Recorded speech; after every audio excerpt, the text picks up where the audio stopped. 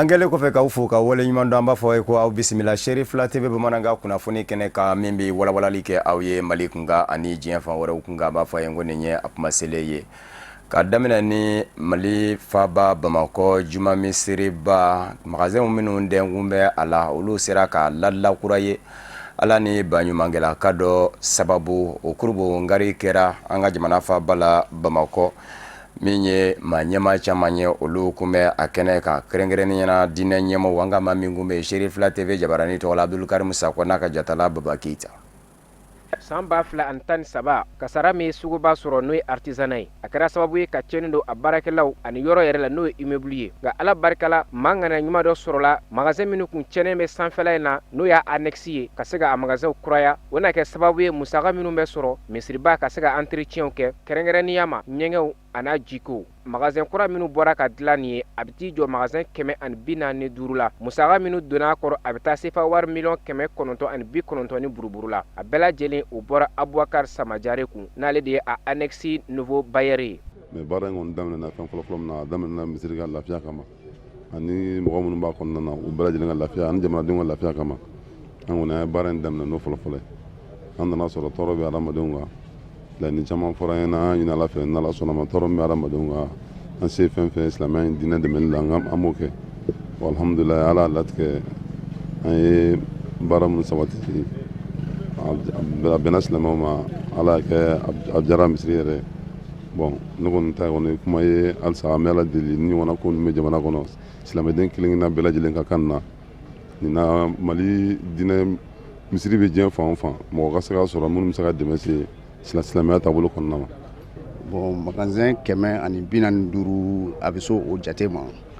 ani nyagen temps ani bureau kele bon musagam donna la tasi million keme kononton ani bi kononton ani buruburu bo deme baga foy ma sura na bayar kele no ne jona yi a musaga be borale ka côté la ni bara ko ni jara salamaw yo kusebe baw abeke sababu ka salamaw deme baw salamaya atsega ta saniya ko ni duku saniya iko ji ona nyona weraw ni bare mena ke sababu ye minu yerebe baraka yoro na nuye allocataire ye abna ke sababu nyuma oluma ani misri baraka law yere minye hakli soro ka ni bare ngal mami ko ka fu ni demseni bela jele hakli soro ta ki ga dine defandi anna sura tigi be tono soro ala anna sura yere ka nafa do bala me ko ni en nafa inta folo ka salamaw de segere aye tono inta folo ka salamaw de segere drome mi mena soro na misriba to la bina misriba bo kamana gana otmal mami ko mi yak ni barenga ka kana folo do ala ka kana folo kolosi o mna misri ka sigi jona ire o mna don do ni baran fleni ni baran inda ma fe do ni baran en beka tintin nga ni baran ke nyete wo fe wo yoro rabbe mum sika faran nga hoy o mna don burge do aldine ka soro fu wartu fi nga wardi bo warum be ka blade ni yam mara ka blade ibe sakata ka to no idon ba do ala ko glola ka mi ki shudanga misriba kini bolo jam moy ala ni misriba silba barkala ali islam ni barkala no kera dok na do dine bo nola antege fama kam moy antege fanta kam moy antege tuure kam moy am ka ere yi o bana ngali mena be sabati dine nyamo chame nyo soro akene kan fo atase Bamako dugutiguma abara ko ni kunchera ni yoro kura ku fole nu ulajeli Kenyabakaw fe alamusa avrele kalotle duru dugudenye ni sokoya tama do sigi senga ka kengania jiraye kafo Kenyaba ma nyema do politiki nyema ni dina nyema do ye dandigeli do ke Kenyaba ka bela jele to la jamana nyema ya sula kuluba ako dandigeli yo mini o kera ko o mata uluji minzira fe ba ko kuma kera ulu bela jele to la nga ulu tu yere ye dandigeli ngono we ni sokoya tama inzigi senga ma bayiri kanyona ajira kafo wale imabe umwanga mamingume akene ka Sherif la TV jabarani to la alhamdu badinina ka jatala babakita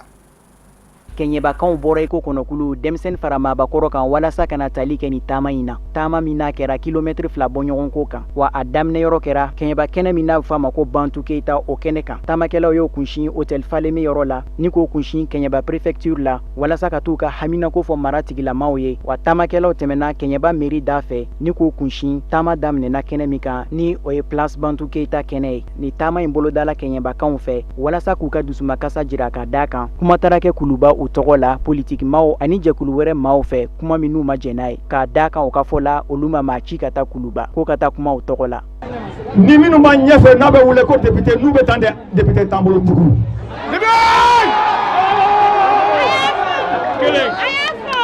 kelen filanan maire tan min taara k'u bɛ taa kuma Kɛɲɛba Cercle tɔgɔ la u bɛ se ka kuma u ka commune tɔgɔ la u tɛ kɛ Kɛɲɛba Cercle ye u ka sabali diinɛmɔgɔ min taara kuma diinɛ tɔgɔ la an bɛ disposition ta o kama ni Ala sɔnna olu tɛ jama laseli Kɛɲɛba tugu tɛ wajibi kɛ Kɛɲɛba tugu ye muso min taara Kɛɲɛba tɔgɔ la Kɛɲɛba muso tɔgɔ la Kɛɲɛba muso minnu danna a ma ɲɛ a ma a ka sabali. Ni taama in wuli ka jɔ kɔnɔna na Kɛɲɛba dugutigilakanw diinɛ ɲɛmaw ani laadatigiw olu ma to kɔ wa u ka fɔ la olu fana ma maa ci ka taa Bamako ko ka taa kuma u tɔgɔ la wa o y'a jira k'a fɔ kuma min taara fɔ Kuluba olu tɔgɔ la o ma jɛn n'a ye wa u b'a kɔn. Ciladenw min taara Bamako an bɛ kuma o de kan dɛ an y'u wele de fo n bara an y'a yir'u la an tɛ taa dɛ nka an dun tɛ taa bon malukila fana alu ka taga kuma fɔ ye mais yan na kumakan ye i taga tɛ i latéral silo de fɛ ani politique sira fɛ n'o tɛ Kɛɲɛba danbe tɛ terali ye an ma deli ka terali kɛ donc an ka to an na maninkaya la kɔnkɔ tɛ yan dɛ Kɛɲɛba badama kɔnkɔ sɔrɔ donc n ti min fɔ dakuru ɲɛna an kɔni an y'u ɲɛsigi kuma mɛn na aw y'a kɛwale kɛ a filanan a tɔ bɔ y'anw de ma an y'u suspendu parce que k'ala mun ka i taara jiko ni kuranko mɛn fɔ Kɛɲɛba bɛ segin ni jiko la bi ka taa Mali yɔrɔ bɛɛ kan ji tɛ yan kuran tɛ i y'a mɛn sira tɛ yen dɔgɔtɔrɔso tɛ non seulement an denw tɛ baara la. n bɛ kuma Kɛɲɛba diina tɔgɔ la ciden min wulila o conseil ni an bɛ bi ka ciden tɛ an b'u ci bi an b'u ci sini u suspendera jusqu'à vie. Kɛɲɛba mara denmisɛnninw ani musow ka fara ɲɔgɔn kan jɛkulu ani tɔn min n'a bɛ fɔ a ma jogo ani maaya olu fana caman bɔra ka tali kɛ ni taama in na o ka fɔ la n'i ko Kɛɲɛba ye ko sanu nka halisa dugu ka yiriwa n'a ɲɛta bɛ kɔfɛ. janfa min birila aw dala nin ye an b'a kɛlɛ la depuis 2009 k'a fɔ ko Kɛɲɛba Mali nafolo bɛɛ ju ye Kɛɲɛba ye o ye kelen ye Kɛɲɛbagaden man ka taa baara ɲini jamana wɛrɛ Kɛɲɛbagaden man ka sa kɔgɔji kɔnɔ Kɛɲɛbagaden man ka don jihadisiya la mais mun nana n'a ye mara kɛ kojugu sɔnjuguya o de nana n'a ye. n b'a dɔn k'a fɔ Kɛɲɛba bɛn bɛ yan ni Ala sɔnna ma fana fɛn fɛn bɛ kɛ Kɛɲɛba la an bɛɛ b'a répond Kɛɲɛba tɔgɔ la foyi t'an bolo yan ji t'an bolo courant t'an bolo rien donc mɔgɔ sira t'an bolo an tɛ baara la an ka dugukolo bɛɛ fana feerela k'a di société minière ma donc an ka juraba la hali tagayɔrɔ t'an bolo a bɛɛ kɛra permis ye donc an b'a ɲini gouvernement fɛ an tɛ président contour la bi an t'a contour la sini mais nkalontigɛla min bɛ taa nkalon tigɛ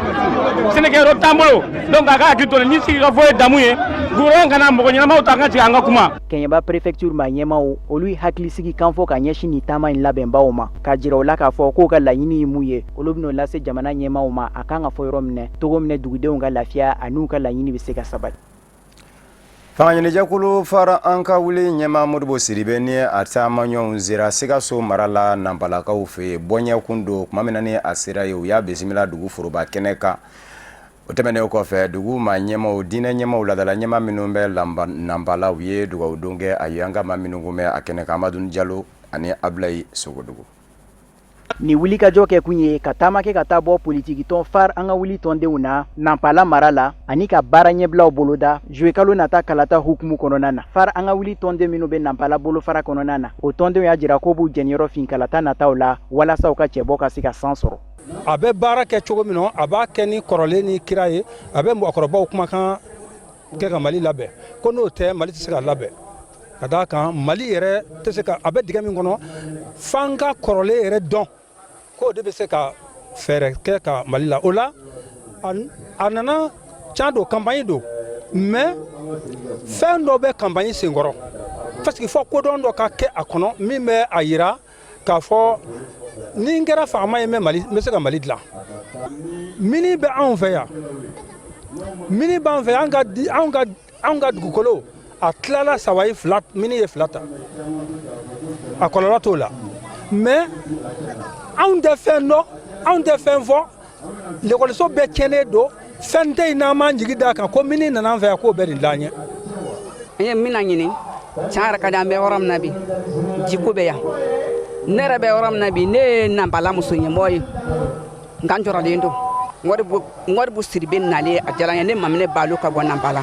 an bɛna nɔfɛ ne a y'a ka parti bɔ su n'a bɔ tile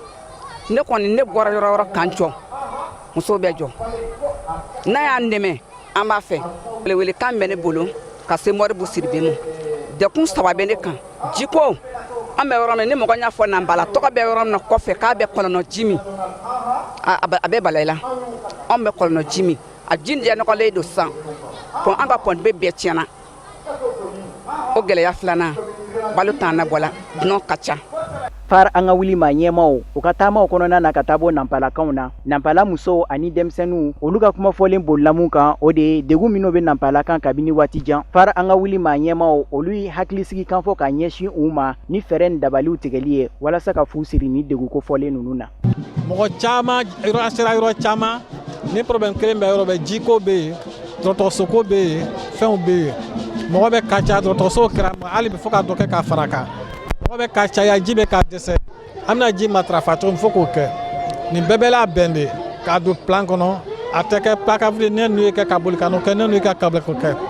o tɛ jamana dilancogo ye a bɛ bila programme dɔ de kɔnɔ k'a bɛɛ satisfait ɲɔgɔn fɛ u ka da jamanaden ka da FAR la FAR de bɛ se ka nin ko in nabɔ parce que programme b'an bolo fɛn bɛɛ b'an bolo. FAR an ka wuli ni o ye force alternative pour le renouveau et l'émergence o maa ɲɛma Modibo Sidibe taamaw kɔnɔna na a taara foli bila Nampala dugutigilakaw maabakɔrɔw diinɛ ani ladalako maa ɲɛmaw la wa ni baara bɛɛ kuncɛla ni duwawu don ye. Faraɲɔgɔnkatɔ dɔ sigira Senga politique binaku ka ko nouveau pôle politique de la gauche républicaine et démocratique NPP u ka tɛgɛnɔbilaw olu kɛra bɛnkanw na ka bɛn ni sibiri avril kalo tile 7 ye maakɔrɔw tɔgɔlaso la maison des aînés Amdalayi AC 2000 la a senfɛ bɛn kɛra maa min ka k'o kɛ faraɲɔgɔnkatɔ in maa ɲɛma kura ye o ye Modibo Sidibe ye politikitɔ maa ɲɛma caman ka taa se furubatɔw ma olu kun bɛ a kɛnɛ kan Amadu Kamara ni Samba Tarawele ka fɔ la. Fanga ɲini jɛkulu ka farankan jɛkuluba n'an b'a wele ko nouveau pôle politique ale ye jɛkulu kɛrɛnkɛrɛnni ye min bɛ denmisɛnninakaw ka jɛkulu musolakaw société civile bɛɛ lajɛlen ka ɲɔgɔn kan fɔ ka don da kelen fɛ ka bɔ da kelen fɛ n'an b'a wele ko nouveau pôle politique de la gauche républicaine et démocratique bakuruba la NPP. Maintenant bi lajɛ in n'a hakili b'a la le 27 février 2017 tɛmɛnen parti politique dɔw farala ɲɔgɔn kan n'a ye parti 6 ye ani association dɔw ani personnalité politique dɔw an farala ɲɔgɔn kan ka jɛkulu sigi sen kan ka tɔgɔ d'aw la ko NPP nouveau pôle politique de la gauche républicaine et démocratique. Bi an ye ɲɔgɔn sɔrɔ sisan san kelen tɛmɛnen kɔfɛ pour que ka se ka NPP baara kɛ walasa an ka se ka NPP bureau sigi sabula ne yɛrɛ min filɛ nin ye ne ko ye président du directoire provisoire de ye. Donc NPP bureau yɛrɛ de bɛna sigi sisan donc bi laɲini b'o de kan et en même temps tuguni baara kɔnɔna la an ka délégués bɛna u b'a essayer ka jateminɛ kɛ ka kuma Maliko kan gɛlɛya minnu bɛ Mali fan bɛɛ fɛ u bɛ kuma o kan o ye kelen ye filanan la fana u kan ka kuma élection présidentielle du 29 juillet kan sabula ani élection tɔ tɛ bɛrɛ tuguni u kan ka kuma o kan k'a lajɛ élection ko bɛna kɛ cogo min na o ye filanan ye sabanan fana u kan ka kuma question d'alternance kan sabula n'i y'a jateminɛ bɛɛ b'a la ko alternance maintenant anw ko alternance tɛ dan présidentielle dɔrɔn ma alternance bɛ présidentielle ye mais a bɛ taa tuguni o kɔfɛ tuguni donc bi lajɛw bɛ o de kan. U ka sɔgɔmada in na sigi a kun ti dɔwɛrɛ ye yaasa u ka hakili jagabɔ kɛ u ka laɲiniw ka ɲɛsin kalata minnu bolodalen don an ka jamana kɔnɔ juillet kalo nata u ka se ka hakilinaw di ɲɔgɔn ma ni ka tila ka labɛnw sabati ka kɛɲɛ ni bɛnkan ye k'i bolo kɔni si cɛbɔ kelen ma. Jɛkulu in sigila sen kan a b'i kalo damadɔ bɔ dɛ 2017 la san'an ka se bilali sen kanw la an ye ɲɔgɔn ye caman kɛ ka kuma ɲɔgɔnya caman kɛ an partout ni ɲɔgɔn cɛ san 2 ɲɔgɔn na parce que an tun t'a fɛ k'a kɛ i komi n'a sɔrɔ an ye min y'an ka jamana kɔnɔ yan nɔ jɛkulu bɛ dilan ko élection nata don élection dugusɛjɛ ko jɛkulu bɛ ci jɛkulu wɛrɛ bɛ na k'a lajɛ ko ka fanga kɛ ɲɔgɔn fɛ o fana tɛ mɛ u tɛ bɔ kari la ka tɛnɛ sɔrɔ donc n'an ko ka politique kɛ cogoya wɛrɛ la fo k'an ka lajɛ an ka kɛwalew n'an ka kojugu fana falen o de y'a to an ko an bɛ kuma ka ɲɔgɔn kuma ɲɔgɔn ya ka ɲi kuma ɲɔgɔn ya se a dan na pour que ka pereperelatigɛ an bɛ bɛn min yɛrɛ de kan n'an bɛnn'o kan an ɲɛna k'a fɔ ni jɛkulu sigir'o kan ni maa ma nan'o kan kan n'an b'a fɔ ma an ka charte a ka ca ala fɛ jɛkulu in bɛ se ka mɛn sen na parce que an laɲini ye k'a fɔ don dɔ ni jɛkuluba nin a ka se ka kɛ parti politique ba dɔ ye ou fédéré ou parti politique ba dɔ peut-être o la jamana kɔnɔna la ni parti fara-farala ɲɔgɔn kan a ka ca ala fɛ politique bɛ se ka nɔgɔya citoyen bɛ se ka nɔgɔya an ka démocratie fana bɛ se ka taa ɲɛ an miirila ka fɔ anw ka jɛkulu nin jɛkulu min don jɛkulu lankolon tɛ barika b'a la fanga b'a la ka da ko damadɔ kan parce que an t'a ɲinina k'a fɔ jɛkuluba an b'a ɲini k'a fɔ maa minnu n'u hakilina ye kelen n'u bɛnnen de ko ma maa minnu n'u sɔnnen don k'a fɔ ka kɛ Mali ye ka to Mali ye ka to Mali ko la an b'olu de fɛ. Ni jɛkulu kɛrɛnkɛrɛnnen n'a ka laɲini ti dɔwɛrɛ yaasa ka Mali ka samantiya a ka bolo di ɲɔgɔn ma ani a ka hakɛw politiki binakun kan o kow bɛɛ lajɛlen ka se ka sɛmɛntiya hakilina kɔnɔ hakilina min bɛ Mali ka ɲɛta kofɔ an b'aw ladɔnnɛ k'a fɔ ko jɛkulu 18 ka fara fanga ni jɛkulu kelen kan olu bɛɛ lajɛlen y'i bolonɔ bila nin sɛbɛn in na k'a yɛrɛ k'a fɔ ko u kungilennaw ye kelen hakilinaw ye kelen laɲiniw ye kelen o bɛɛ lajɛlen bɛ Mali ale ka sankɔrɔta de kofɔ. O de b'an sɛnsɛn ka se diɲɛ fan wɛrɛ kunnafoniw lasɔrɔli ma Burkina Faso jamana kɔnɔ ka bɛn ni juma avril kalo tile 6 de ye maa minnu ni sigasigana ta mɛn ka ɲɛsin u ma k'a fɔ san 2015 septembre kalo la u kun b'a fɛ ka furanjɔrɔ ka fo jaso k'a ma sira sɔrɔ ɲininkali de kun bɛ tɛngun olu la ɲɛŋwɛ u ka se ka jaabili kɛ nka u ma se ka sira sɔrɔ barisabu ka d'a kan u ka lapasaba caman de y'a jira k'a fɔ u b'u yɛrɛ ta ka bɔ kiiribulon kɔnɔ k'a sabu kɛ lahala dɔw ye an b'aw ladɔnniya k'a fɔ lapasaba 14 ma sigasigama ninnu na olu bɛɛ lajɛlen de y'a jira k'a fɔ u sen tɛ kiiriko in yɛrɛ la bilen barisabu ka d'a kan ko fɔɲɔgɔnkɔ caman ni bɛnbaliyako caman bɛ kiiri yɛrɛ kɛcogo la k'u ma da la k'a fɔ kiiri jɛlen kiiri jolen sigintɔ don maa ninnu nkun kan u ye a jira k'a fɔ olu ka laɲini tɛ dɔwɛrɛ ye hali bi u ye fɛn min fɔ u b'u sinsin o de kan jamana minisiriso min ɲɛsin bɛ kiiriko ma u ye kiiri ɲɛma 2 minnu bila ka taa kiiribulon kɔnɔ k'u mana sariya kɔnɔ o tumana olu sen ka bɔ a la o tɛmɛnen kɔfɛ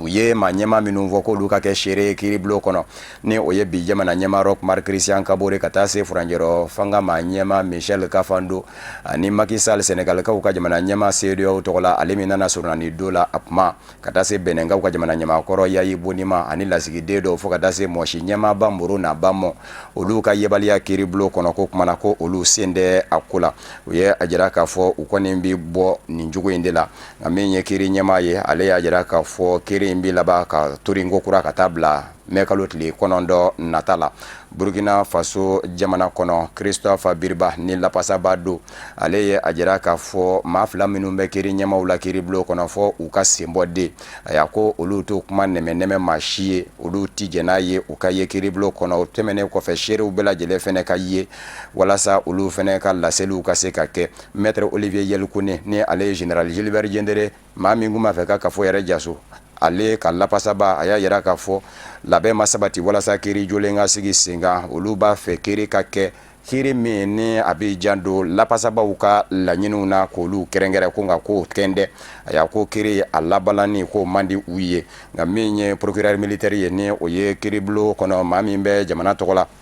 ni surasi kiiri ɲɛma don ale ye a jira k'a fɔ nin ko in kɔni ma bala ale la barisabu ka da ka labɛn sabati bɛ lapasaba ninnu fɛ ka kiiri in sena sumaya o tɛmɛnen kɔfɛ maa min fɛnɛ bɛ yen ko Prosper Farama ni ale fɛnɛ ye maa tɔɲɔnenw ka lapasaba ye a y'a maa ninnu kun kan ale y'a jira k'a fɔ olu kɔni bɛ kunsigi kun bɛ ni nin ye k'a fɔ kiiri tigɛ kɔnɔna na lapasaba ninnu kɔni u bi taa ni nin sira in de ye min bɛ se ka to kiiri in kɔni bɛ se ka sen sumaya. Ganakaw ka jamana ɲɛma Nana Akufo-Addo alamusa a ye dantigɛli dɔ kɛ ka jamanaden bɛɛ lajɛlen bɔ kunba na barisabu ka da kan gɛnkun bɛ kɔnɔ gwango ye Gana ka den bolo ko tɛgɛnɔbila kɛra bɛnkan sɛbɛn dɔ la Gana maa ɲɛmaw ni Amérique maa ɲɛmaw ni ɲɔgɔn cɛ u ko min ma ko accord de coopération militaire n'o bɛna kɛ sababu ye ka Amérique surasiya cogo ko Gana dugukolo kan Gana ka den y'a jira k'a fɔ jɔnmaya de don barisabu ka da kan jamana ye yɛrɛ ka bɔ nazara de bolo o ye san caman de ye yɛrɛma hɔrɔnya bɛ jamana bolo n'a fɔra ko jamana wɛrɛ maa ka n'i cogo o tɛ maa wɛrɛ fa maramafɛntigi a y'a ko o kɔni ye a y'a jɔmaya de ye ganakaw ka jamana ɲɛma nana a ko fɔ a don alamisa avril kalo tile 5 a sufɛla la a ye dantigɛli kɛ jabarani na ka jira k'a fɔ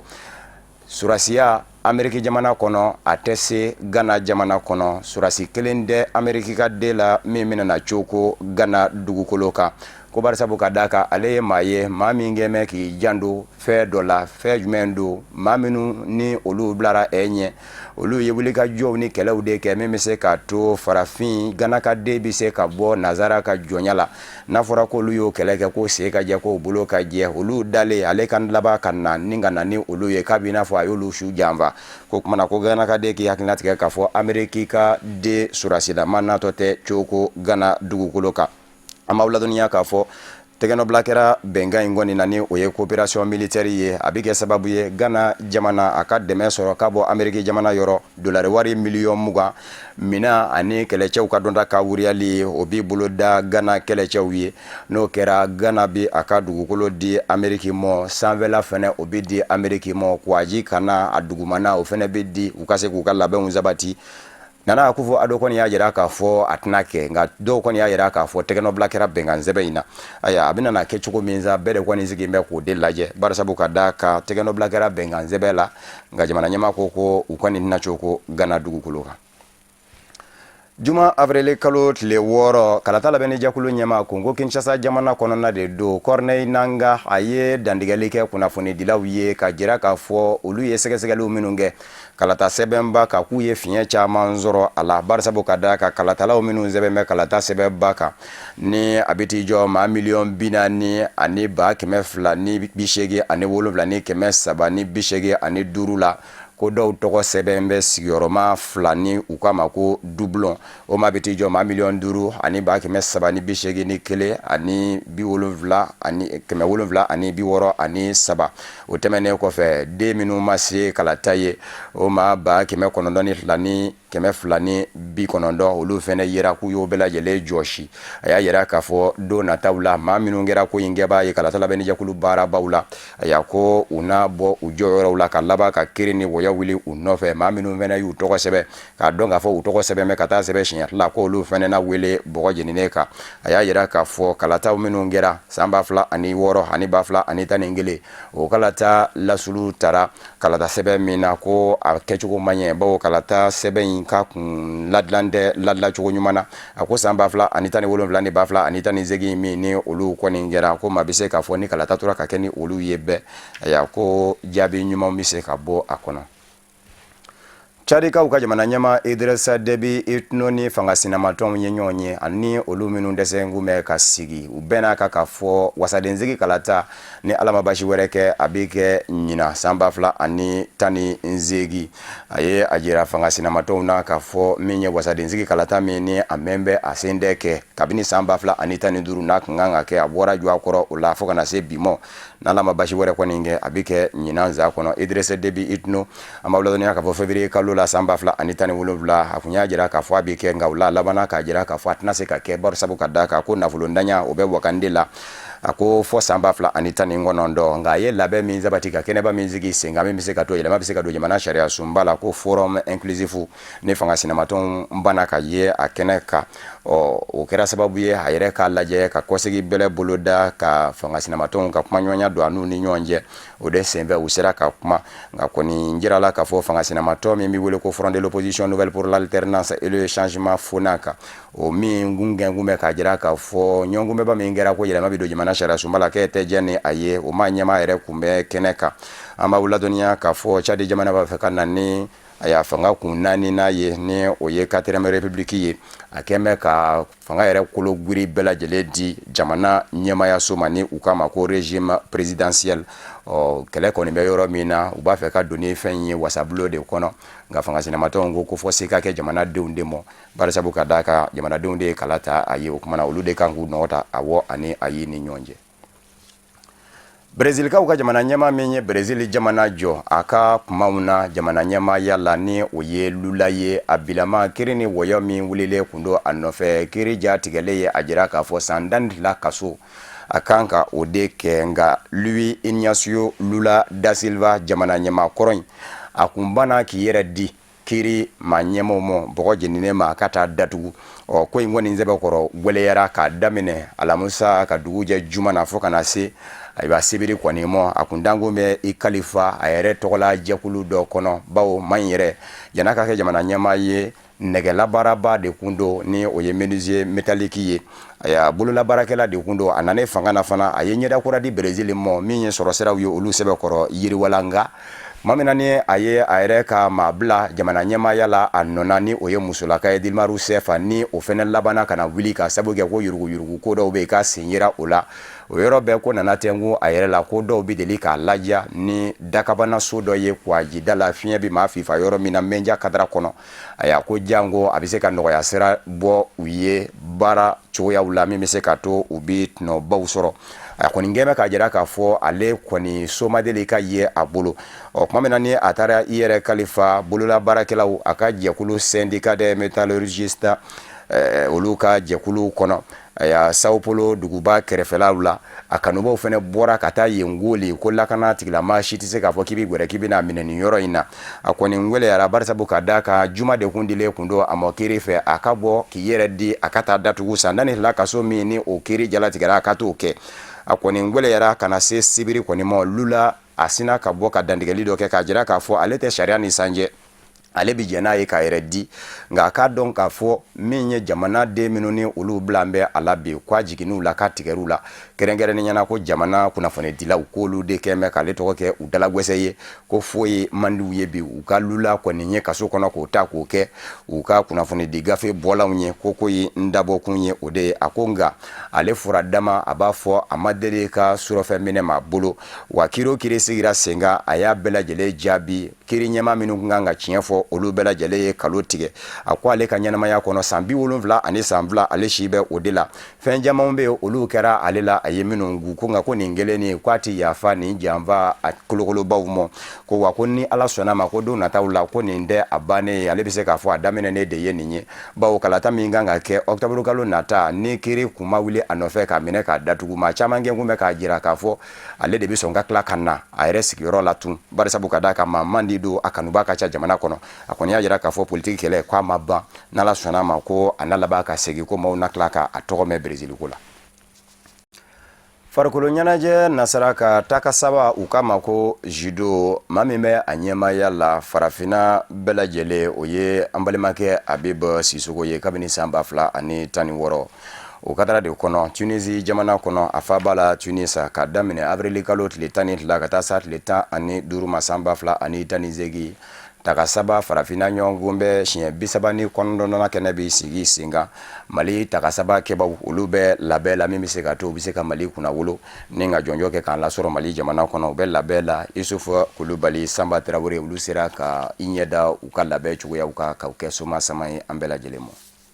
san o san ɲɔgɔnkumaba min bɛ kɛ jurukɛlaw ni ɲɔgɔn cɛ farafinakun kana na ɲinata a bɛna dabɔ ko kura o kadara de kɔnɔna na Mali denmisɛnninka minnu bɛ k'a fɔ u bɛ judo matarafa o kɛlen bɛ ni ka labɛn bɛɛ lajɛlen de sabati cogoya min na u ka se ka jamana yɛrɛ kunkɔrɔta kɛnɛ in kana na kɛnɛ min bɛ labɛn farafinakuluba fɛ min ka baara ɲɛsinnen don judo ma n'o kama ko l'Union africaine de judo ni Habibu Sisoko ne ye Mali den ye comité national olympique du Mali o maa ɲɛmaaba don o de y'a ɲɛmaa ye baritala maa 118 o de bɛna ye kɛnɛ kan ka bɔ jamana 22 kɔnɔna na min ye senfili ni bolofili a la 18 a bɛ fɔ minnu ma ko épreuve o n'a ye kɛnɛ kana na san 2017 sarongo Mali y'i jɔ jɔyɔrɔ 13 de la Antananarivo Madagascar faba kɔnɔ Angola ni Afrique du Sud kɔfɛ ɲina Mali judokɛlaw maa 7 don muso 2 bɛ a la olu bɛna wulikajɔw boloda cogo min na ni ka Mali kunkɔrɔta kɛnɛ in kana na. Bon ne ye ancienne championne du Mali ye judo la depuis n ye judo daminɛ fo n kɛra championne ye fo ka judo fana bila titre bɛ n bolo n ka titre ma se ka minɛ pour que ka kɛ championne ye a ma nɔgɔn bon baara tɛ taa cɛsiri kɔ baara tɛ taa i bɛ sport mun yɛrɛ kɛ a kanu ka k'i la ni fɛn kanu b'i la i bɛ se ka ɲɛ sɔrɔ mais ni fɛn kanu t'i la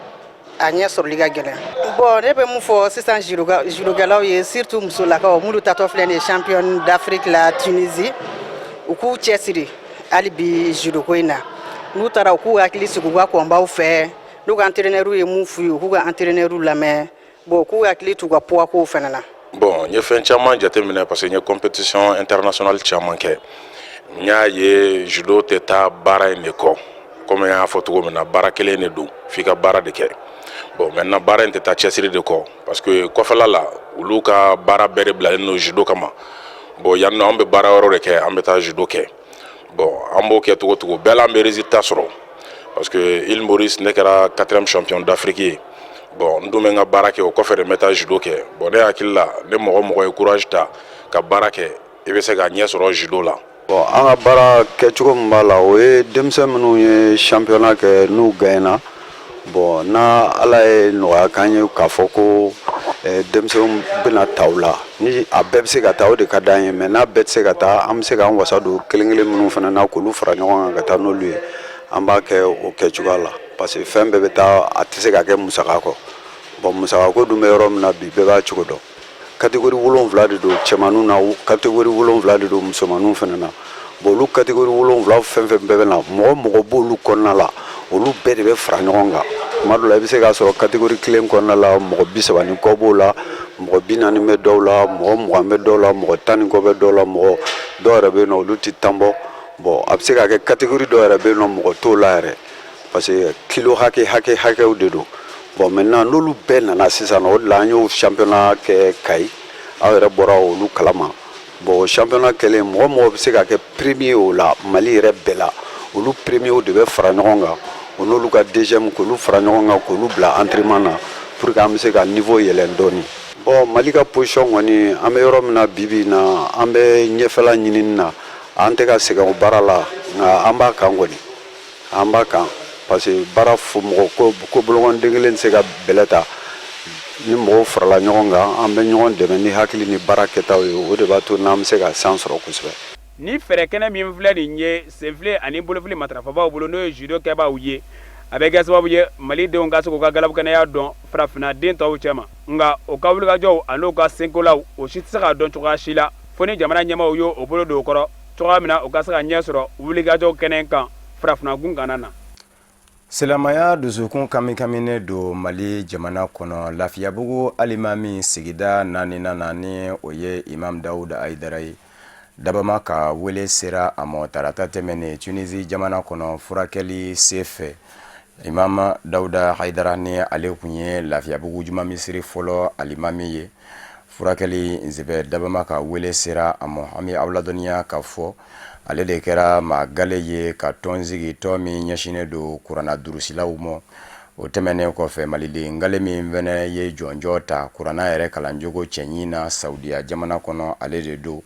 silamaya bɛɛ lajɛlen kɔni dusuku kaminen do a si kun bɛ san 50 ani san 2 la a ka janajaw sigira senga ka bɛn ni juma avril kalo tile 6 ye a yɛrɛ ka misiri la Lafiyabugu min ye politiki ɲɛmaw ni ladala ɲɛmaw ni diinɛ ɲɛmaw kɛrɛnkɛrɛnnen ɲɛna Mali silama diinɛ ɲɛmaw ka fara ɲɔgɔn kan jɛkuluba groupement des leaders spirituels musulmans du Mali ma ɲɛma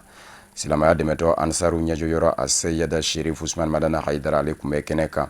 Imam Dawuda Aidara a dayɔrɔ laban bɛnnen do Lafiyabugu sɛlɛdon ma a ye an balaka 2 to a kɔ ani den 5 an bɛ jɛ ka dugawu don kɛ yarabiyama ala ka dayɔrɔ nɛɛma an ka maa minnu kun bɛ a kɛnɛ kan ni olu sera ka seereya dɔw sɔrɔ o ye Amadu Jalo Ustaz ani Seyidu Ɲare ye. An b'a fɔ assalamu alaikum warahmatullahi wabarakatuh an bɛ silamɛw fo k'u waleɲuman dɔn janaja in kaba kɛra bɛɛ wulilen ka jɔ a sen kan janaja in fana kɛra a ye min kɛ anw yɛrɛ la Ala de b'o dɔn nka adamaden ni Ala ye sɔn limaniya la baara o baara la a bɛ tɛmɛ i kan an tɔni janaja ma nisɔndiyara nka nin kɛcogo in na an wasara an bɛ dugawu kɛ Mali silamɛ bɛɛ de ye dugawu kɛ Mali silamɛ bɛɛ ye. Vraiment ni a kɛmɛ dusuku kami de b'an na parce que imamu filɛ nin ye Lafiyabugu kɔnɔ a bɛɛ b'a dɔn donc ni Ala ye o ka kalifa minɛ bi commune bɛɛ ni kaminen don an kɔni bɛ min fɔ dɔrɔn ka dugawu kɛ ala ka lahara sɔn suma ye ala ka hinɛ na ala ka yafa k'a ma ala kana du barika t'a fɛ. an dusuma kasilen don mais dusuma kasi min don an ye fɛn min fana ye o b'an nisɔndiya saya ye diyagoya ye mɔgɔ tɛ se ka bali mais saya mana kɛ cogo dɔ la a bɛ mɔgɔ wasa hakili la bi an y'a ye karamɔgɔkɛ ye baara min kɛ sigida la a ye baara min kɛ jamana kɔnɔ a nɔ yera an b'a ɲini ala fɛ ala min ye waati in kalifa a la a ma kɛ waati janba ye mais a ye nafa bɔ a la ala ka hinɛ a la ka jigiyɔrɔ ɲuman d'a ma ala ka saya ma ne yan ye. Daouda Haidara ne n'a jɛra 90 association fɔlɔ min sigira Mali kɔnɔ en même association des maîtres de médecins du Mali o membre fondateur do an y'o kɛ ɲɔgɔn fɛ anw yɛrɛ ka association malienne pour la concorde de l'éducation de la culture AMCC o membre fondateur do Limama membre fondateur do jeunesse mama kirera commune kɔnɔ yan ale de kɛra ne ka premier vice président ne ko président ye ale de kɛra premier vice président ye Ijma nana créé o membre fondateur do groupement membre do Hoko islamique membre do tomba sigira jamana kɔnɔ diinɛ dɛmɛni ni diinɛ ɲɛtaa kama a participera nin bɛɛ la donc a balola diinɛ kɔnɔ ani maa ma jɛra a jɛra diinɛ kɔnɔ a fatura diinɛ kɔnɔ donc an bɛ fɛn min sariya ye an tɛ foyi sariya fami min don a na o ye k'a fɔ a balola ala nɔfɛ a ɲɛnamaya kɛra ala nɔfɛ wa a sɛgɛnna ka taa wa ala kelen de ma parce que yan t'an to yɔrɔ ye donc an kunna wolo de don n'a ye a ye diinɛ dɛmɛni minnu kɛ an bɛ ala deli ala ka hinɛ na ala ka yafa ma a bɔra du min kɔnɔ duba don karamɔgɔ du don. Bamananga kunnafoni bɛ kunjɛ ni Mali kunnafoni di ɲɛmayaso haute autorité de la communication haki ka bataki ye ka da maaw tulo ka minnu y'a kanu ka jabarani sigi Mali faaba la Bamakɔ u kɛmɛ ka fiɲɛ tulukala 8 labila a bɛ se ka wuli ka se haute autorité de la communication haki jabala la ka se ka u ka sɛbɛnw da ka u ka laɲiniw dafa a da bɛɛ lajɛlen don k'a fɔ jabaraniso 8 ninnu filaw bɛ yen minnu ye non commercialiw ye 6 olu ye commercialiw ye a bi da bɛɛ lajɛlen tulo ka fana k'a fɔ min ye dalasi ba 20 ye o de bɛ sara non commerciali laɲini kɛbaaw fɛ dalasi ba 60 o ye commercial tigilamaw ye wa wari ninnu bɛ bila yanni dossier ka di i mɔ a bɛ bila wariso min na o ye Coris banki ye numéro minnu na olu bɛna jira aw ka jabarani dugumana u la a bɛ se ka numéro ninnu sɔrɔ ye i n'a fɔ a ɲɛ bɛ a la cogo min na ka da bɛɛ lajɛlen tulo kan k'a fɔ yanni mɛ kalo tile 7 cɛ o k'a sɔrɔ min ye a yɔrɔ kɔni ye a sera yen nɔ ka laɲiniw bɛɛ lajɛlen dafa bawo a bɛ kunjɛ ka bɛn ni nɛgɛ ɲɛfalaki ye ni o ye minnu ye tɛgɛnɔ bila kɛra a la autorité de la communication haki ɲɛmaaba Fodje Ture fɛ. Ale bɛ nin ye haki ka bataki filanan ye ka da marabolo tulo ka marabolo minnu ni olu bɛ i n'a fɔ Kayi, Kulukoro, Sikaso, Segu, Mopti, Tombouctou, Gao, Kidal, Taoudeni ani Menaka n'u y'a kanu ka jabaraniso sigi a ka dɔn k'a fɔ 30 fiɲɛ tulukala la o labila bɛ u bɛ se ka cogo ye cogo min